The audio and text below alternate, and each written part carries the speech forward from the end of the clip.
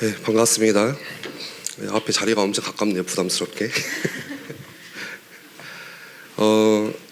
저는 땜빵 전문 이성현 목사고요.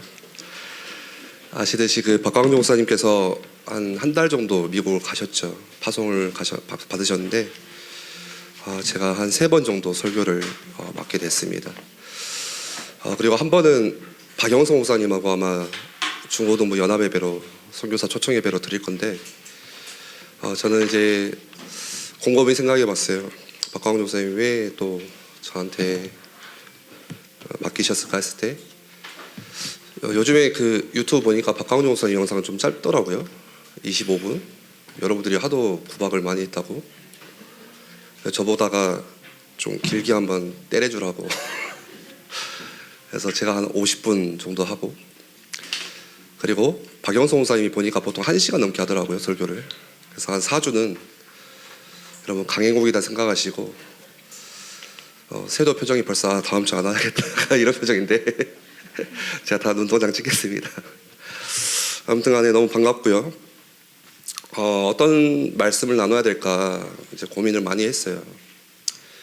박광종 목사님 저한테 이제 학교를 품고 아이들이 또 하반기 때 NFC를 준비할 수 있는 그 마음을 갖도록 조금 그런 이렇게 설교를 해줬으면 좋겠다.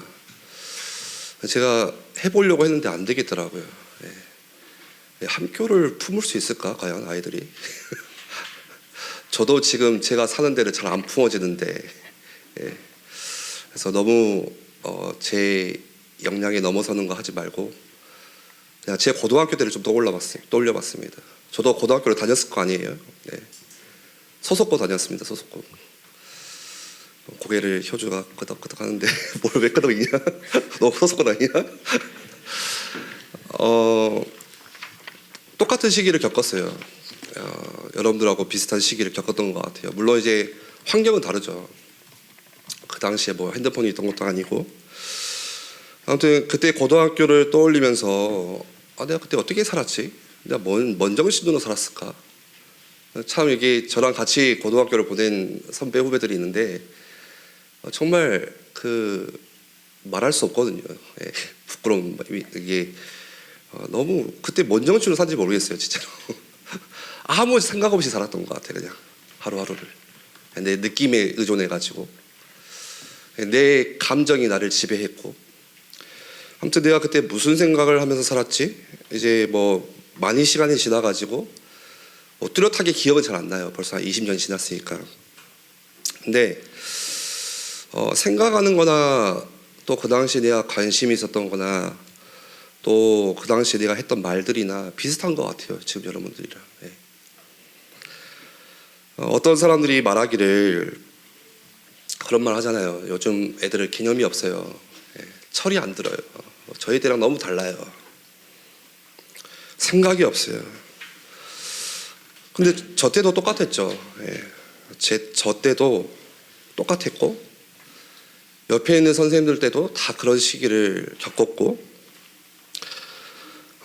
사실 그 나이에 개념이 있을 수가 없어요. 그렇죠? 여러분 어떤 청소년이 뭐 국가의 경제를 뭐 이렇게 생각하겠습니까? 그냥 사는 거거든요. 그때는 막. 제가 재밌는 거를 봤는데 한번 이미지 띄워주시겠어요? 이게 한 거의 10년 전 EBS에서 했던 프로그램인데 거기서 이제 저 나이가 18살이니까 10년 전이니까 지금 한 28, 9 됐겠죠. 그 당시에 저 고등학생이 했던 인터뷰가 저희 때는 안 그랬거든요. 요새 애들이 너무 개념 없어요. 이제 그런 이야기를 했어요. 그랬더니 그 다음 인터뷰 넘겨주시면 초등학생이 몇 살이에요? 13살짜리가 요즘 애들 버릇 없어요. 개념이 없어요. 아주 그냥 막 이래요. 또 다른 남자아이 보니까 저 때는 안 그랬거든요. 저 때는 라떼는 나왔어요. 13살짜리가 라떼는 그러지 않았어요. 못 가불었죠. 선배들이 무서워서. 여러분 이게 어디까지 가는지 아세요?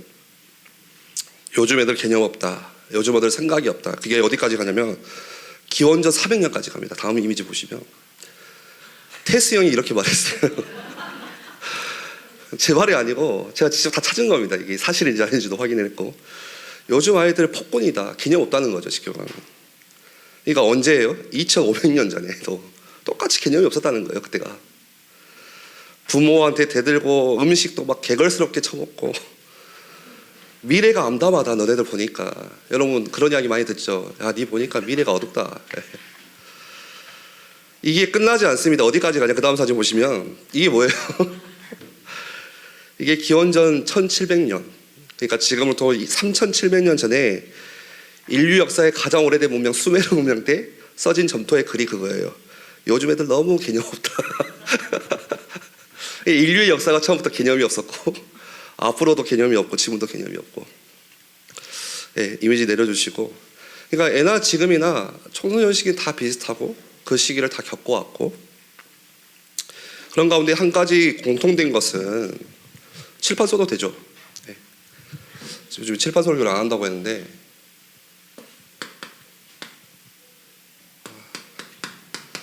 불완전하다는 거예요. 개념 없는 우리가 똑같은 시기를 겪는데 한 가지 공통된 것은 불완전하다는 거예요. 불안정. 그러다 보니까 그때는 감정 변화가 막 심하잖아요. 그렇죠? 오늘 내일이 달라요. 한 주 한 주가 다르잖아요. 기분이 민감하고 내 느낌이 감정이 지금 너무 우선시되고, 그러니까 급변하는 시기다 보니까 몸도 그렇고 정서적으로도 그렇고, 그러다 보니까 불안정해요. 그러니까 질풍노도. 나도 내가 누군지를 몰라요. 여러분들 시기가. 그러니까 쉽게 말하면은 정상인이 아닌 거야. 지금 비정상인인 거야, 지금은. 그 시기를 다 겪어요. 도대체 너는 뭔 생각을 하냐? 아무 생각이 없거든요. 우리 선생님들이 이제 뭐 아이들하고 공과 포럼 하잖아요. 마치고. 그러면은 뭐 고등학생들은 이제 질문하면 좀 대답도 하는 것 같은데, 중학교 애들은요, 여러분 위에서 중학생들 있잖아. 미쳐버립니다, 정말로. 제가 예전에도 청소년사 갈 때 중학생 선생님들한테 부탁을 했어요. 제발 질문하지 마시고 그 입에다가는 먹을 것만 쳐넣으라고. 대답을 기대하지 말고 그냥 계속 먹을 것만 넣어주세요, 그 입에. 아무 생각이 없어요, 사실. 그러니까 비정상인 거죠. 그런 친구들한테 뭘 묻고 이게 힘든 거죠. 중요한 것은 그런 불안정한 걸 가지고 여러분들 공부하죠. 그 불안정한 거 가지고 예배도 드려요. 불안정한 거 가지고 친구들 만나고, 불안정한 거 가지고 미래를 꿈꿔요. 제가 고등학교 때를 떠올려 봤다고 했죠. 지금과 별반 다른 게 없어요. 어쩌면 여러분들이 훨씬 더 훌륭할지 몰라요, 저보다. 그런데 그때를 곰곰이 생각해 보니까 야, 재밌었다, 너무 좋았다, 뭐 즐거웠다, 뭐 그런 생각도 있었지만, 한편으로는 그 불안정한 가운데 뭐가 있냐면 제 안에 그런 어떤 허영심들이 가득하고. 허영심 뭡니까? 껍데기 연자. 제가 그런 친구들 많이 봤거든요. 야, 너 뭐 되고 싶냐? 뭐 저는 뭐가 되고 싶어요. 근데 완전 삶은 그거하고 상관없는 삶을 살아요. 제가 딱 그랬거든요. 제가 얼마나 허영심이 컸냐면 진짜 미친놈이었어요, 저는. 이거 영상 안 찍었으면 좋겠는데, 제가 고3 때 이제 나는 대학에 가기 싫다. 뭘 해야 될지 모르겠으니까 그냥 제가 좀 반항심이 생겼어요. 나는 너네들하고 달라. 나는 그렇게 대학 가고 싶지 않아.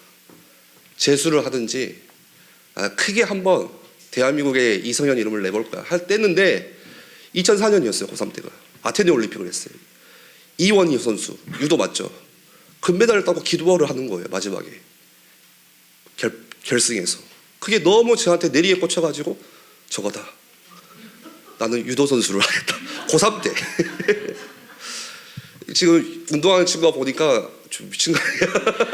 고3 때 엘리트 코스를 밟지 않은 고3이. 그래가지고 제가 집 앞에 유도관을 찾아갔어요. 저 유도 선수 하고 싶습니다. 용인대 갈 겁니다. 고3, 그것도 20살 때. 관장이 저를 이렇게 미친놈 쳐다보시지? 이렇게 위아래로 쳐다보든지, 어쨌든 운동을 하자. 얼마나 허영심이 가득했냐. 운동을 언제까지 했을까요? 제가 그런 꿈을 가지고 한 달 안 했어요. 2주도 안 했던 것 같아요. 회비도 안 되고 나왔어요, 결국에. 그냥 밟고만 나왔어요. 아무 생각이 없는 거죠. 네. 그러다가 여러분들 표정 보니까 너무 지금 감사해요. 좀 소망을 찾는 것 같아, 저를 보고. 야, 희망이 있다, 나도. 그러다가 이제 재수를 했어요. 삼수하고. 제가 몇 수까지 왔는지 아세요? 사수였어요, 사수. 수능을 4번 봤어요.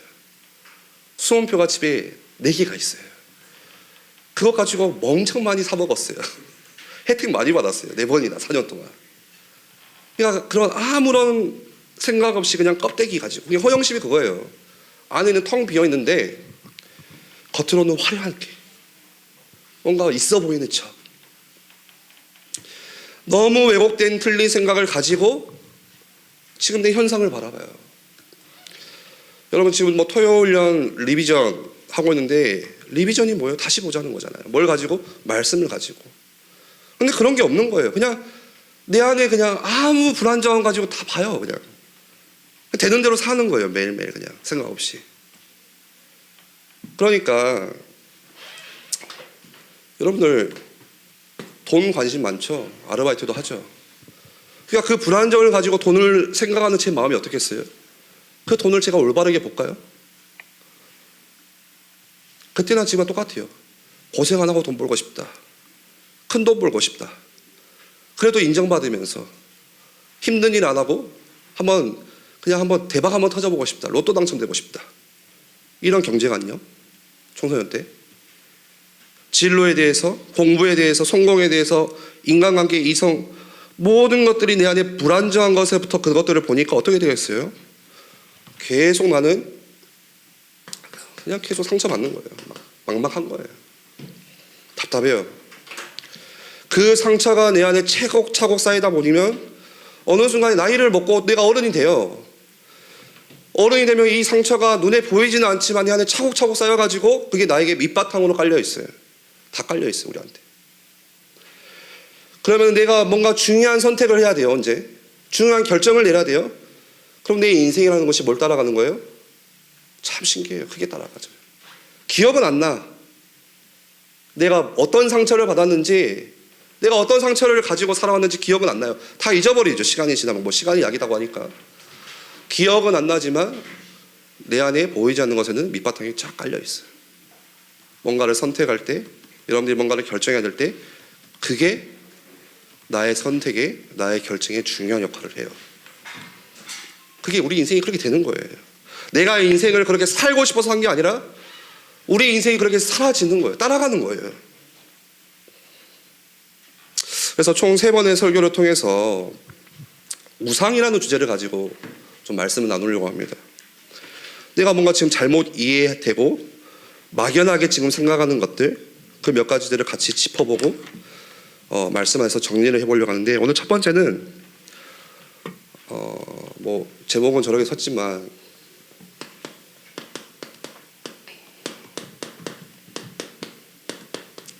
성취와 성공이라는 우상을 가지고, 그리고 그 다음 시간에는 우리 어떤 감정의 우상, 그리고 마지막에는 어떤 돈에 대한 우상, 이런 것들을 좀 가지고 나오고 싶은데, 제가 그게 관심이 많았으니까, 청소년 때 똑같은 그런 마음을 있었으니까 좀 올바르게 말씀하면서 짚어보고 싶다는 생각이 들고요. 그럼 오늘 말씀해 보니까, 우리 말씀 안 읽었죠? 생각해볼까? 같이 한번 볼까요? 요한복음, 오늘 말씀 한번 보겠습니다. 요한복음 12장 43절 혹시 띄워주시나요? 같이 읽어보겠습니다. 짧죠? 같이 읽어볼게요. 시작. 그들은 사람의 영광을 하나님의 영광보다 더 사랑하였더라. 한 번 더 같이 읽어봅시다. 그들은 사람의 영광을 하나님의 영광보다 더 사랑하였더라. 여러분 여기서 말하는, 이거 띄워주세요. 계속. 그들은 뭐예요? 그들이 누구예요? 물론 이제 말씀에 의하면 그 당시 유대 관리인들을 가리키지만 우리예요, 우리. 그러면은 바꿔서 한번 읽어보세요. 우리는, 나는 사람의 영광을 하나님의 영광보다 더 사랑했다. 그게 바로 나예요.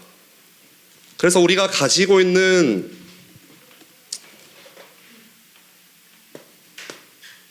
본능, 내가 가지고 있는 본성은 뭐냐면 뭐예요? 하나님보다 나아요. 타고난 본성이에요. 그거는 우리 모두가. 그러니까 여러분 고기를 드시고 뭐 지금 공부하는 거 아니죠 혹시 뭐 예. 뭘 그렇게 적는지 모르겠어요. 뭐 적을 게 없는데 오늘 적지 마요. 예. 안 적어도 돼. 저를 보세요. 여러분 그러니까 뭐가 타고난 본능이라고요? 하나님보다 나. 그러니까 여러분들 주일날 예배 오는 거 귀찮은 거 당연한 거예요. 본능이에요. 내 본능이에요. 내가 예배가 귀찮고 싫고 피곤하고 타고난 본성이에요. 내가 나를 사랑하니까. 여러분 목사라고 제가 매주 예배하는 게 막 기대가 되고 감사하고 막 설레고 흥분되고 그럴까요? 네버. 절대 그렇지 않아요. 예. 뭐 어떤 때는 좀 쉬고 싶고 안 가고 싶고 오늘은 내 기분이 안 좋은데 좀 가기 싫고 아유 왜 고등부 예배는 9시야 왜 이렇게 빨리 드릴까. 저 예전부터 건의했는데 안 바뀌더라고요. 저는 11시 예배를 추구했거든요. 예전부터. 아 좀 왜들 일요일날 좀 자고 11시 예배 드리면 안 돼요? 그치. 한 3시에 드릴까? 푹 자고?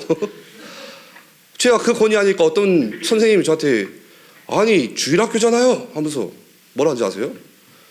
매일 학교를 9시, 8시에 가는데 등교하는데 그 흐름이 깨지면 안 되죠. 주일날도 똑같이 와야죠. 제가 거의 더 이상 말을 안 했어요. 여기서 말을 할 수 없겠다 내가 더 이상. 아니 좀 주일날 푹 자면 안 돼요? 그리고 한 좀 맹정신으로 와서 예전에 제가 여러분들 선배 중에 오우석이라고 있거든요. 전설입니다 그 친구는. 예. 한 새벽 안 자고 오지 걔는. 맞죠? 되게 안 자고 와 그 친구는.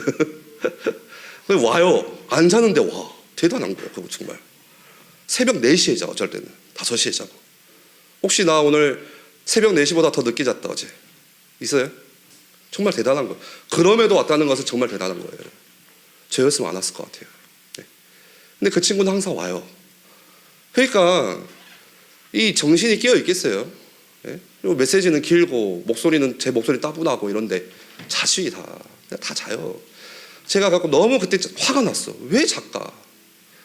조연이 어딨냐? 조연이 형이 조한이가 너무 많이 잤어 그때. 네. 맨날 자 맨날. 아 목사님 아니라고 뭐라 할 수도 없고 막 깨워 선생님 맨날 깨워 맨날 자. 지금은 찬양을 좀 잘하는데 아무튼 제가 그때 막 이렇게 막 힘들잖아요. 아, 내 설교가 막 듣기 싫나? 아 하나님 어떻게 해야 될까요?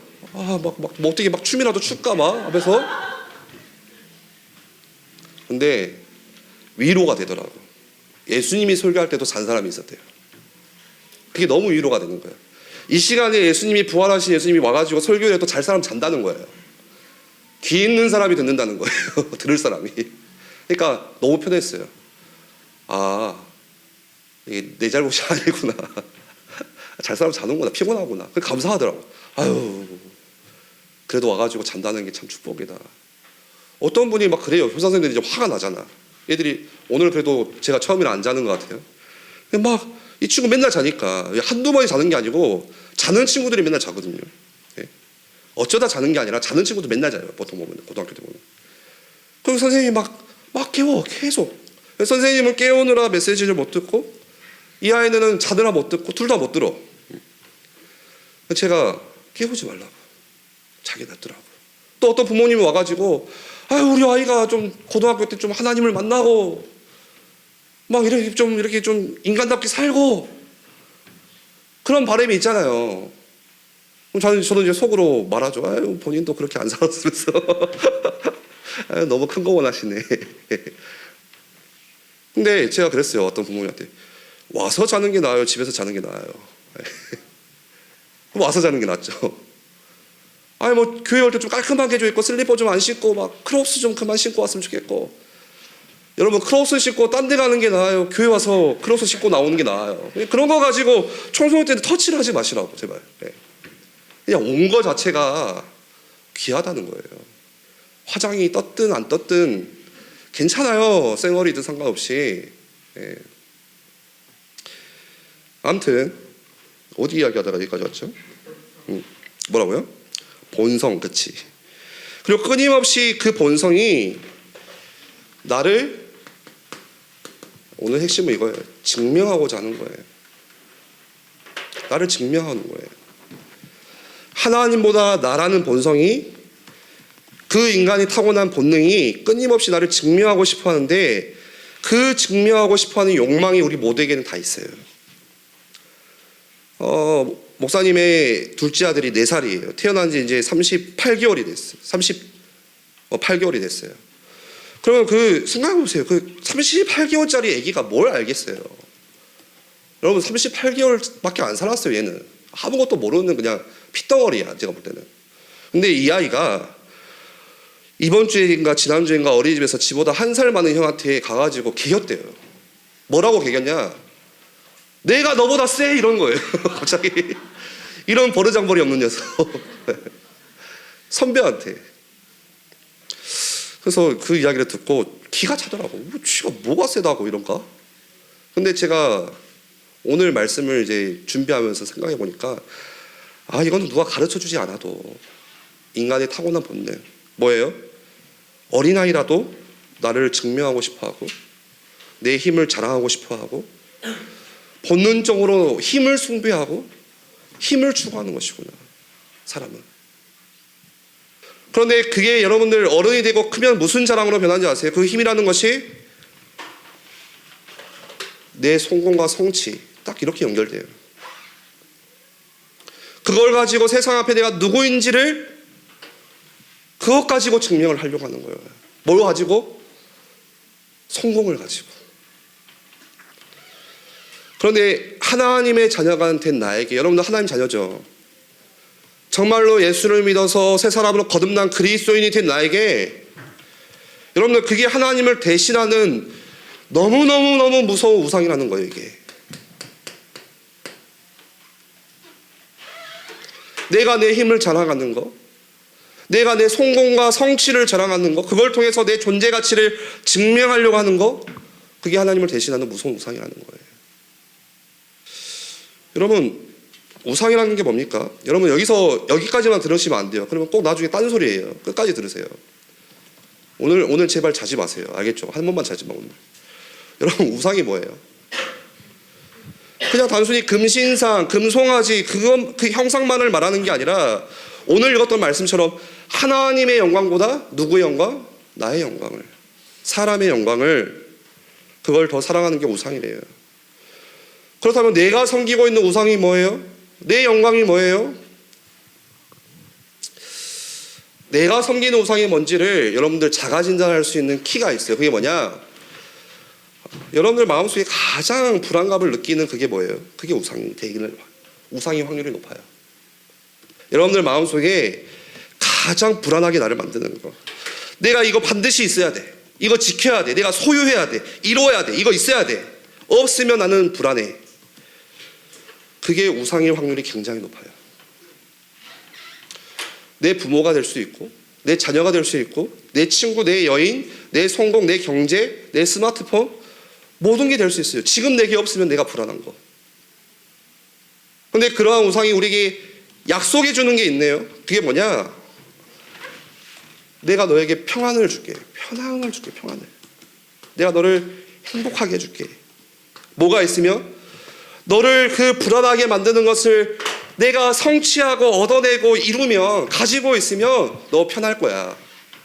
너 행복할 수 있어. 네 마음이 평해. 그런 거짓된 약속을 우상이 우리에게 자꾸 가져다 줘요. 여러분들, 그런데 우리에게 약속하는 그 우상이 약속하는 것은 평안이 아니고 행복이 아니고 뭡니까? 우리를 파멸로 이끌어요. 나를 행복하게 해줄 줄 알았던 무엇이, 나를 뭔가 평안하게 해줄 줄 알았던 무엇이 결국 그 우상의 종착지를 나의 영광으로 도달하게 되고, 그런 나의 영광은 자꾸 뭐 하게 되냐? 끊임없는 비교, 계속 비교하게 되는 거예요. 끊임없는 비교. 그 비교의 늪에 빠지고 끊임없이 나를 교만하게 만들고, 행복할 줄 알았는데, 그게 있으면 평안할 줄 알았는데 안 그런 거예요. 마음이 불편해요. 그렇지만 지금도 우리에게 우상은 속삭여요. 너는 행복할 거야. 너는 평안할 거야. 너는 쉴 수 있을 거야. 4층 혹시 끝난 건가요? 듣지 마세요. 저한테 주목하세요. 오, 벌써 찬양인데 아직 멀었어요. 네. 여러분, 성공이, 성취가, 오늘 제목이 뭡니까? 네 존재 가치가 네 학업 성적이 아니라는 거예요. 여러분, 성공과 성취가 내 학업의 등급이, 한번 제가 물어볼게요. 정말 여러분들을 행복하게 해줍니까? 태호야, 널 정말 행복하게 해주는 게 성적이야? 맞지? 맞다고 말해 제발. 그래. 나중에 더 말하겠지만 단순히 뭐 학업이 필요 없다, 지금 그 말 아닙니다. 성취와 성공이 나쁘다, 의미 없다, 쓸모없다, 그걸 말하는 게 아니에요. 간혹 제가 왜 이 설교를 끝까지 들으라고 하냐면, 간혹 어떤 친구들이 이것만 듣고 집에 가가지고 엄마, 성형 목사님이 공부하지 말래, 우상이래, 헛된 거래, 나 이제 공부 안 할래. 자기가 그렇게 받아들이고 싶은 거예요, 걔는. 예. 여러분, 성공 자체를 정지하는 게 아니에요. 성공과 성취를 통해서 뭐 하려고 하는 거? 나를 자꾸만 증명하려고 하는 거. 내 존재를. 내 존재 가치의 자체를 자꾸만 성공을 통해서, 성취를 통해서 내가 이러한 사람이야 라고 증명하고자 하는 거. 성공주의에 빠진, 성취주의에 빠진 그 우상을 말하는 거예요, 오늘. 그럼 다시 질문할게요. 성공과 성취가, 내 학업 등급이 정말 나를 행복하게 해줍니까? 행복하잖아요. 기쁘잖아요. 저는 이과예요, 이과. 지금 뭐 이과, 문과 있는지 모르겠지만, 왜 이과를 갔냐? 수학을 잘해서가 아니라 역사를 못해서, 상대적으로 못한 게 더 많아서 이쪽을 택한 거예요. 덜 못한 거, 잘한 게 아니고. 제가 하나 기억이 난 게, 역사가 너무 어렵더라고요. 외워지지가 않아. 왜 이렇게 뭐가 복잡한지, 국사가 그렇게. 근데 그날은 어떤 성령의 신비가 임했는지 제가 날 새기를 했어요. 시험을 하루 앞두고 밤을 새서, 거의 학 공부 때문에 밤을 새본 거 처음인 것 같아요. 그때가. 지금도 밤을 새서 공부를 했는데 성적이 올랐어요. 국사 성적이 맨날 막 20점 30점 받다가 한 60점 받았거든요. 많이 받았잖아요. 박수 한번 여러분, 2배가 올랐잖아요. 30점이 60점이 된다는 것은. 기쁘더라고. 야, 막 외우니까 되네. 와, 나 희망이 있네. 그런데 여러분, 그 성공과 성취가 정말로 내 인생을, 내 존재 가치를 변호해 줍니까? 그렇다면 쉬운 예로, 아무 근심 걱정 없이 다 기뻐요? 성공한 재벌들은 매일매일 행복해요? 어떤 사람이 그래요. 전교 1등이 더 불안하대요, 꼴등보다. 여러분, 1등은 막 다, 와, 쟤는 다 성공한 것 같은데 1등이 더 불안하대요. 원하는 대학에 가도 허무감을 느껴요. 우리 대학생들 느끼잖아요. 처음에는 좋지만 그게 우리를 계속, 나를 만족시켜주고 자족감을 주지 않아요. 여러분, 우상이 뭐냐? 우리를 계속 압박해요. 너 더 해야 돼. 너 여기서 만족하지 말고 더 해야 돼. 끊임없이 우리를 압박해요. 거기에는 진정한 행복도 만족도 기쁨도 없어요. 그냥 잠깐의 기쁨은 있겠지만, 더 높은 것을 요구하고, 그것은 더 강한 힘을 요구하고, 끝없는 이 비교의 굴레 속에서 계속 빠지게 만들어요. 무한 경쟁에서. 그게 어떻게 우리를 기쁘게 해줍니까? 그게 우리를 어떻게 행복하게 해줄 수가 있어요? 여러분, 공부하는 이유가 뭡니까? 하루 24시간 중에 고등학생 보니까 12시간 이상을 학교에서, 학원에서 머물러요. 정말 비참해요. 하늘도 못 봐요. 맨날 갇혀서 공부만 해. 왜 해요? 불안해서 해요? 남들 다 하니까 해요? 나중에 무시당하기 싫어서 해요? 그냥 막연하게 등 떠밀려서 해요? 여러분, 꼭 공부가 아니라 할지라도 여기서 공부를 포기한 사람도 있겠죠. 나 이제 바로 돈 벌래. 어쨌든 뭔가를 이루려고 할 때, 성취하려고 할 때 그 이유가 뭐예요? 지금 옆에서 들리는 거죠, 이제. 듣지 마세요. 아주 여기 앞에서 막 알람이 막 울리네요. 네. 불안해서, 혹은 그게 너무 좋아서, 이유가 어떻든 간에 막연한 성공주의, 막연한 성취주의라는 우상은 결국은 나를 증명해 주기 위함이고, 그것은 반드시 우리에게 허무함을 갖다 드려요. 꼭 기억하세요. 여러분, 막연한 성공주의, 막연한 성취주의는 나를 파멸시켜요. 내 존재의 가치를 그런 성공과 그런 어떤 성취의 기준에 갖다 대니까, 예를 들어서 성적이 오르면 스스로 나는 가치 있는 사람이야, 나는 대단해, 다른 사람하고 비교하면서 교만한 가운데 다른 사람을 무시하기 시작하고, 반대로 성적이 떨어지면 내 인생은 끝났어, 나는 실패자야. 대학에 떨어지면 인생이 끝난 건가요? 저는 이미 자살해야겠죠. 네. 내 존재 자체가 부정당하는 절망에 빠져버려요.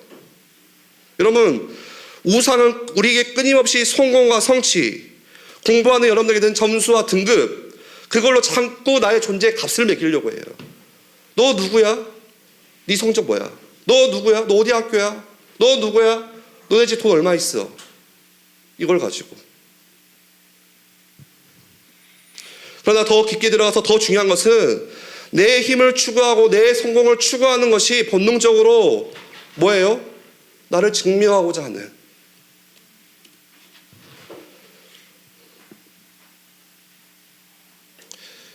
나의 영광이 있다는 거예요. 오늘 말씀과 같이 하나님의 영광이 아니고, 그게 하나님을 떠난 사람들의 본성이라는 거예요. 끊임없이 내 존재를 증명하고 싶어하는 거. 그래서 나는 힘이 있어야 되는 거예요. 나는 성공을 해야 돼요. 끊임없는 성취를 통해서 내 존재의 정당성을 증명해야 돼요. 그래서 나에게 공부는요, 뭐가 됩니까? 여러분들의 공부는 뭡니까? 생존의 문제가 되죠. 죽느냐 사느냐예요. 내가 이 정도 성적을 받아가지고 내가 이 정도 대학을 가야 내가 무시당하지 않지. 그래야 내가 인정받을 수 있지. 내 미래가 보장받고 안정되는 길을 얻고 내가 돈을 벌 수 있지. 결국은 사느냐 죽느냐의 문제인 거죠. 내가 성취하고 내가 성공해서 내가 힘을 가져야 내 인생을 내 마음대로 뭐 할 수 있기 때문에, 통제할 수 있기 때문에, 내 인생을 내가 하고 싶은 대로 통제할 수 있기 때문에, 그래서 힘이 필요한 거야.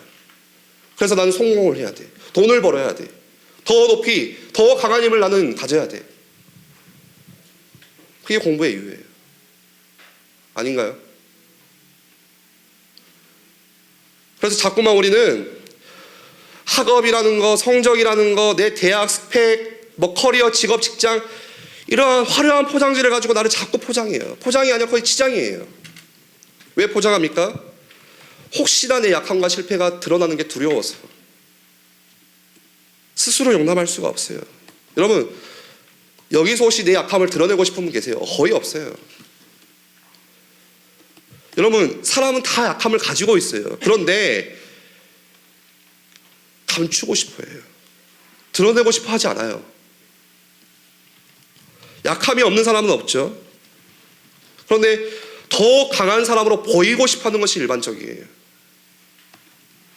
그렇잖아요. 그래서 우리가 막 포장하잖아요. 다른 애들한테 무시 안 당하려고, 잘 나가려고. 조금 내 약한 거, 내 모자란 거, 다른 사람이 나를 그거 가지고 나를 어떻게 생각할까? 그 생각이 너무 빠져가지고, 마찬가지로 자신의 실패를 말하고 싶은 사람도 없어요. 그래서 모두가 다 꽤나 성공한 사람처럼 보여주고 싶어 해요. 우리나라 특징 뭡니까? 다 비싼 차 타고 다녀요. 그 어떤 유튜브 보니까 이 정도 월급이면은 타야 되는 차가 있대. 대부분 그러면 소나타 타야 돼요. 아반떼 타야 돼요. 그런데 보여주고 싶은 거야. 나는 이 정도 힘이 있어. 그걸 가장 보여줄 수 있는 게 남자는 차예요, 차. 네. 나 이 정도 가치가 있어.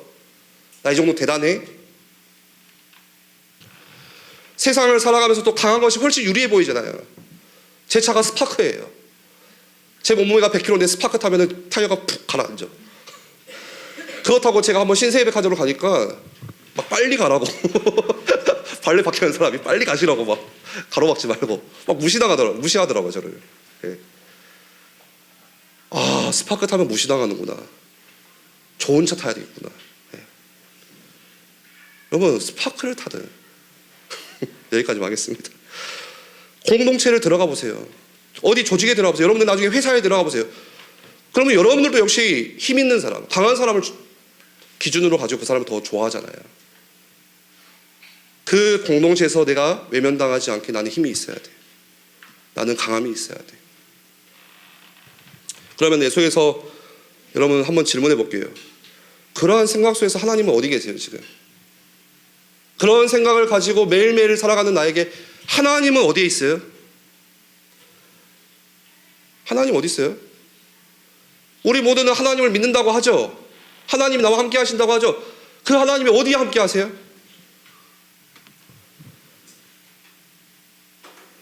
그저 나를 증명하기 위한 수단으로서의 하나님이에요. 내 학업과 성적과 성공과 성취를 인해서 나를 도와줘야 되는 그 하나님. 수단이에요. 하나님은 나한테 그냥 내 성공을 위한 수단이에요. 여러분, 말은 하나님을 위해서 내가 공부합니다. 앞에서 포럼은 그렇게 해요. 우린 다. 정작 그런데 진짜 사실은 뭐예요? 하나님을 이용해서 내 성공을 보장받으려고 하는 그런 안전빵 같은 존재예요. 하나님은. 여러분들, 하나님이 성적 올려주시지 않죠? 올려주시던가요?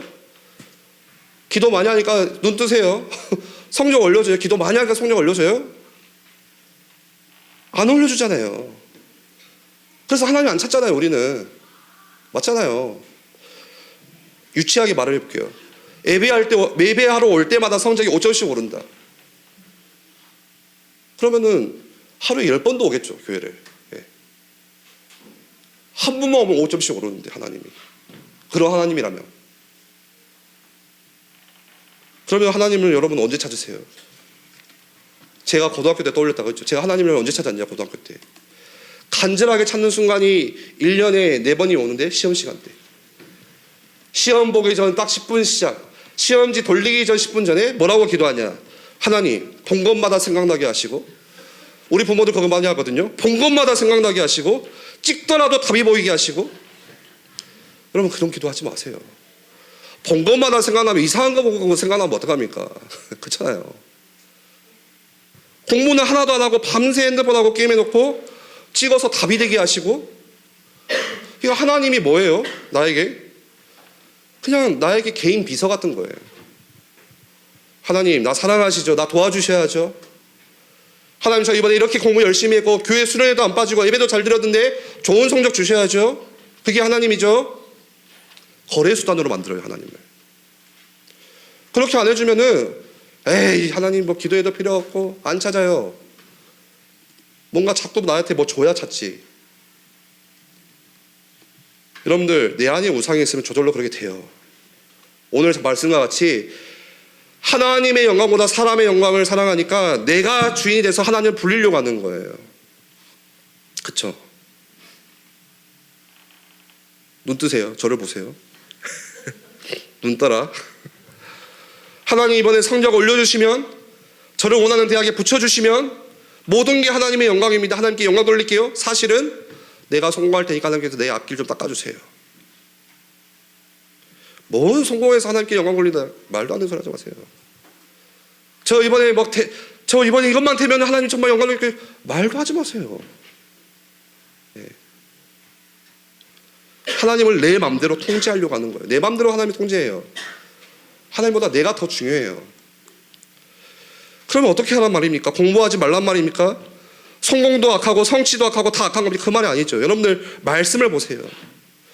하나님 말씀을 보시면 하나님의 말씀은 절대 뭐하지 않냐? 포장하지 않아요. 우리는 자꾸 포장하는데 하나님 포장하지 않아요. 말씀은. 사람의 실패를 아름답게 미화하지도 않아요. 여러분, 성경에 등장하는 수많은 사람들이 있어요. 아무리 대단하고 뛰어나고 영적으로 거장이라 할지라도 그 사람의 실체는 우리하고 똑같이 연약하고 그 무력한 존재라는 것을 성경은 감추지 않고 낱낱이 보여줘요. 한 사람만 예를 든다면, 여러분들 엘리야 아시죠? 이 정도는 아셔야죠. 엘리야, 구약에서 가장 대단한 선지자를 한 명 뽑으라고 한다면 그거는 엘리야예요. 여러분, 엘리야가 얼마나 대단한 사람이냐? 3년 6개월 동안 비가 안 내렸을 때 엘리야가 한마디 하니까 비가 내렸어요. 이스라엘에. 얼마나 대단한 사람이. 가장 유명한 게 뭡니까? 바알 선지자 850명과 맞짱을 떴는데 이겼어요. 승리했어요. 갈멜산에서. 어떤 싸움이었습니까? 바알 선지자, 아세라 선지자 850명이 모여가지고 작당을 한 거죠. 야, 우리가 같이 제단을 쌓고 한번 누구 기도를 들어주시든지 먼저 불을 내려주신 분이 하나님이시다는 것을 우리 한번 증명해보자.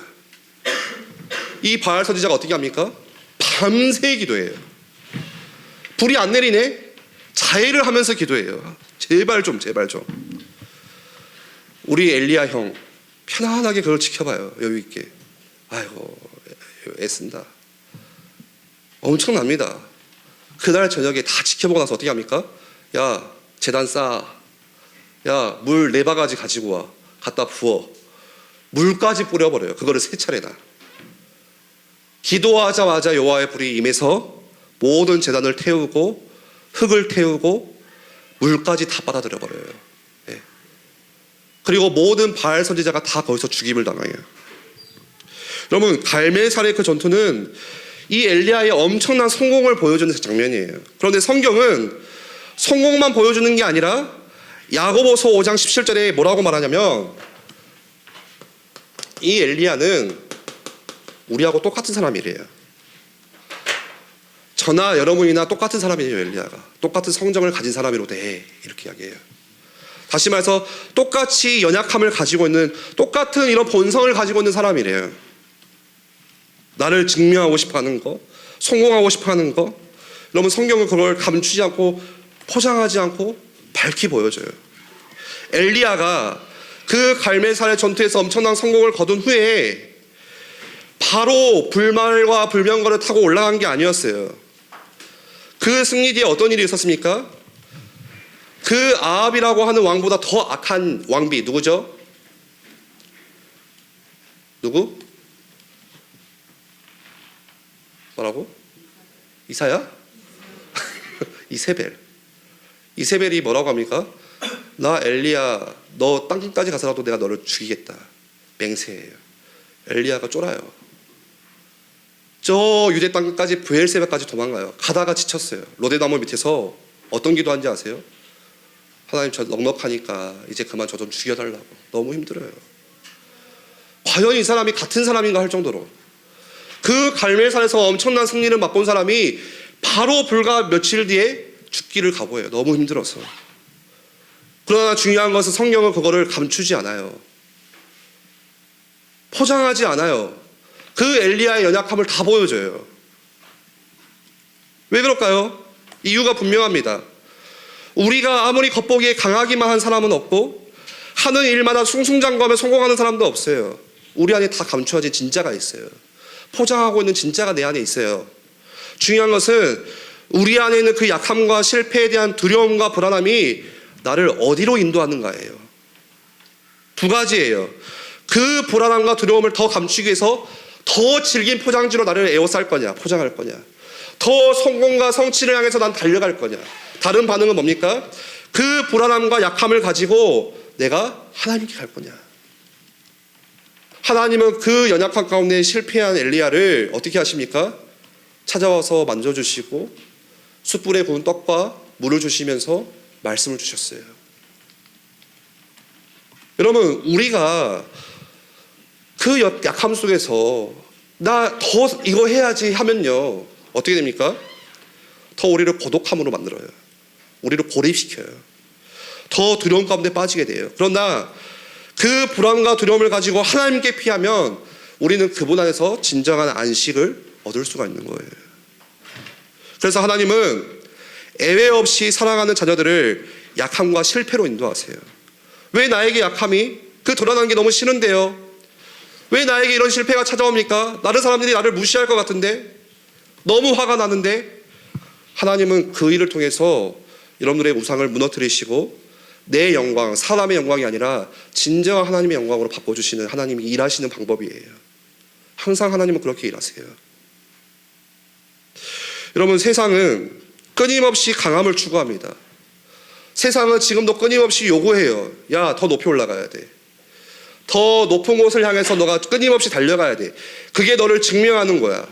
그게 너가 다른 사람들한테 힘있게 네 이야기를 할 수 있고 인정받을 수 있고 너가 니를 통제할 수 있는, 안정되게 살 수 있는 길이 바로 그거야. 오늘도 더 열심히 해. 더 해야 돼. 세상의 메시지는 그거예요. 그게 우리를 무한 경쟁, 무한 비교하는 그 굴레에 빠지게 만들어요. 올라가니까 행복한가요? 올라가니까 진짜 거기서 만족이 있나요? 그 무한 경제와 무한 비교는 자꾸 우리를 더 불안하게 만들어요.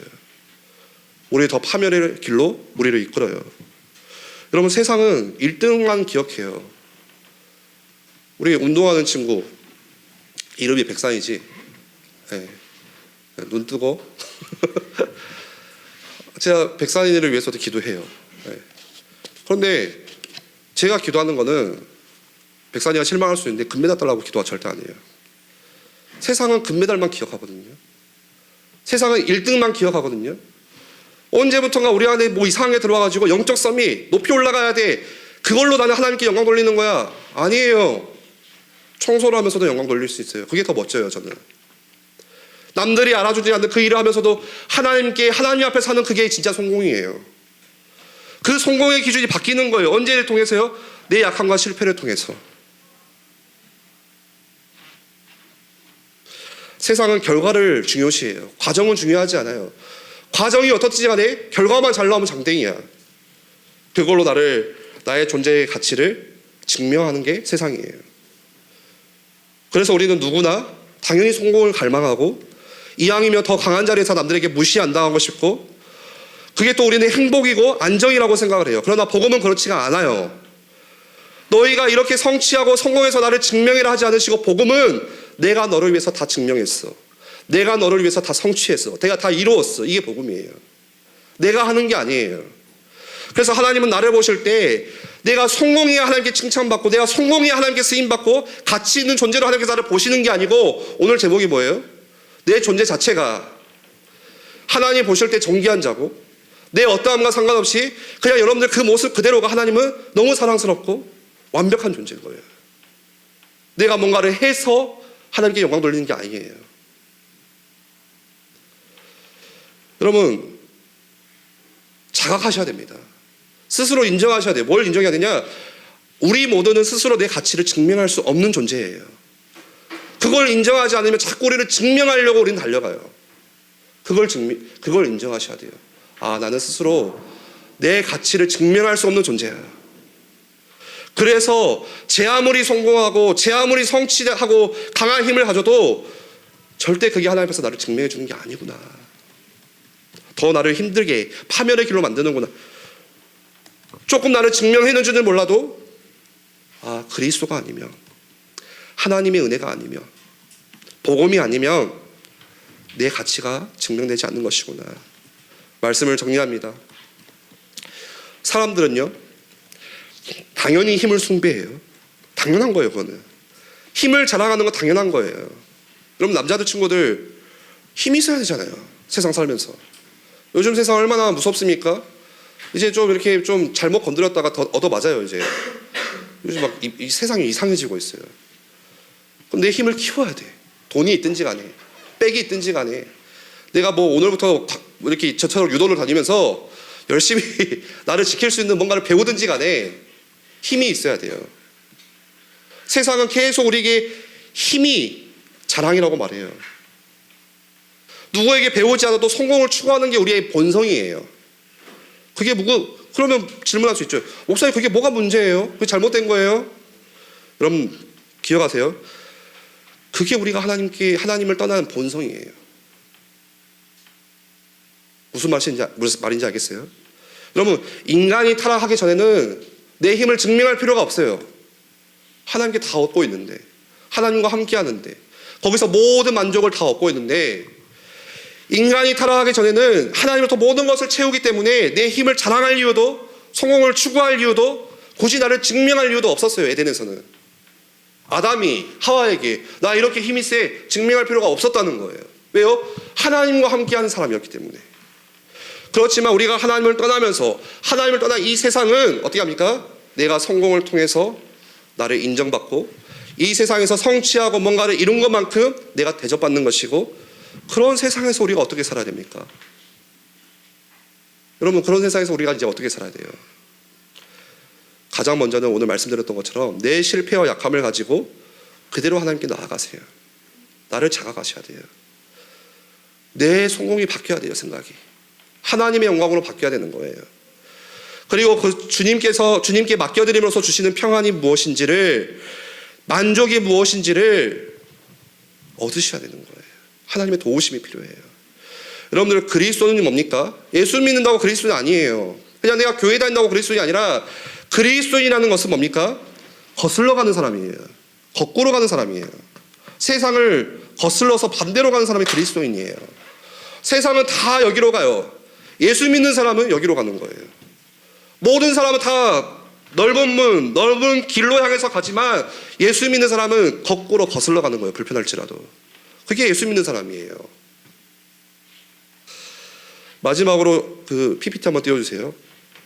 세 가지를 적용해 보면 좋겠어요. 첫 번째는 여러분들에게 딱 맞게끔, 여러분들 시험 기간에 예배에 도전하세요. 곧 있으면 시험 기간이죠. 맞죠? 5월인가요? 4월인가요? 시험 기간에 내가 예배를 자꾸 타협하는 이유가 뭐예요? 불안해요. 오늘 말씀에 드렸듯이 나를 증명하기 위해서, 그게 내 성공이라고 생각하고 그 우상이 나를 자꾸, 야, 너 그렇게 해야 행복해, 너 그렇게 해야 잘 살 수 있어, 평안할 수 있어. 이 작은 틈이, 이 작은 타협이 우리 인생을 가로질러요. 여러분, 믿음으로 도전하세요. 이 성적이, 등급이 내 가치를 결정하는 것이 아니고, 나를 증명할 수 있는 길은 오직 그리스도 안에서 하나님만이, 십자가에서 다 이루신 그 그리스도만이 나를 증명해 주시는 것이구나. 나의 존재 가치는 거기서부터 얻어지는 것이구나. 두 번째로, 어떠한 결과에 대해서도 여러분들 해석을 올바르게 하세요. 나 실패했다고 망한 거 아니에요. 나 떨어졌다고 내 인생 끝난 거 아니에요. 여러분들 인생을 하나님께서 그냥 그렇게 두시지 않으세요. 그 실패와 그 절망 가운데서는 하나님께서 뭐예요? 엘리야를 바꾸시는 그 일을 시작하시는 거예요. 하나님이 여러분들 가운데. 이 성적이 내 가치를 결정하지 못한다. 이 대학의 타이틀이 나의 가치를 결정하는 것이 아니라, 나는 오직 그리스도 안에서 어떠한 결과이든지 여러분들 겸허히 받아들이고, 오히려 그러한 결과들이 하나님께 영광이 되고 하나님께 더 가까이 나아갈 수 있는 발판이 되는. 마지막 세 번째로, 여러분들 목적을 재설정하세요. 왜 공부하세요? 제가 물어봤죠. 남이 다 하니까요. 나도 해야 되니까요. 일단 대학을 가야 되잖아요. 여러분들, 공부해서 남주해야 돼요. 그게 그리스도인이에요. 모든 학교에서는 그렇게 하죠. 야, 공부해서 남주냐? 니를 위해서 공부하지? 그거는 세상의 가치관이에요. 공부해서 누구 주는 거예요? 이웃을, 내 형제를, 내 가정을. 예수님이 가장 낮은 곳으로 오신 것처럼 공부해서 낮은 곳으로 가야 되는 게 그리스도인이에요. 그게 우리 사명이에요. 여러분들, 목적을 바꾸세요. 말씀을 마무리하겠습니다. 여러분들, 공부는 하나님께서 세상을 배우도록 주신 수단이지 내 가치를 증명하는 도구가 아니에요. 하나님의 세상을 배우는 거지 내 가치를 증명하는 도구가 아니에요. 내 어떠함과 상관없이 하나님은 여러분들을 사랑하세요. 내 어떠한 것과 상관없이 내가 막 증명하지 않아도, 내가 실패하고 감추고 싶어도 하나님은 그 약함 자체를 동일하게 보세요. 사랑하세요. 여러분들, 거기서 평안이 있으시기 바라요. 그 기쁨으로 공부하시는 거예요. 공부가 부담인가요? 부담이죠. 여러분들, 사는 게 부담이죠. 우리 직장인들 내일 직장 가는 게 부담이죠. 뭐가 바뀌어야 되는 거예요? 정말로 하나님의 안에서의 그 존재의 근원, 거기서 얻어지는 기쁨. 여러분들, 그 기쁨을 가지고 공부에 도전하는 것이고, 사명으로 그냥 막연하게 하는 것이 아니라 그 기쁨을 가지고 나에게 맡겨진 자리를 내가 지키는 것이고, 그 기쁨을 가지고 내일 직장에 가는 것이고, 그 기쁨을 가지고 백사이는 운동하는 것이고, 그 기쁨에서 시작하는 거예요. 완전히 다른 시작입니다. 우리 한번 같이 찬양하고 한번 기도하면 좋겠는데, 나의 모습 나의 소유, 우리 한번 찬양하겠습니다.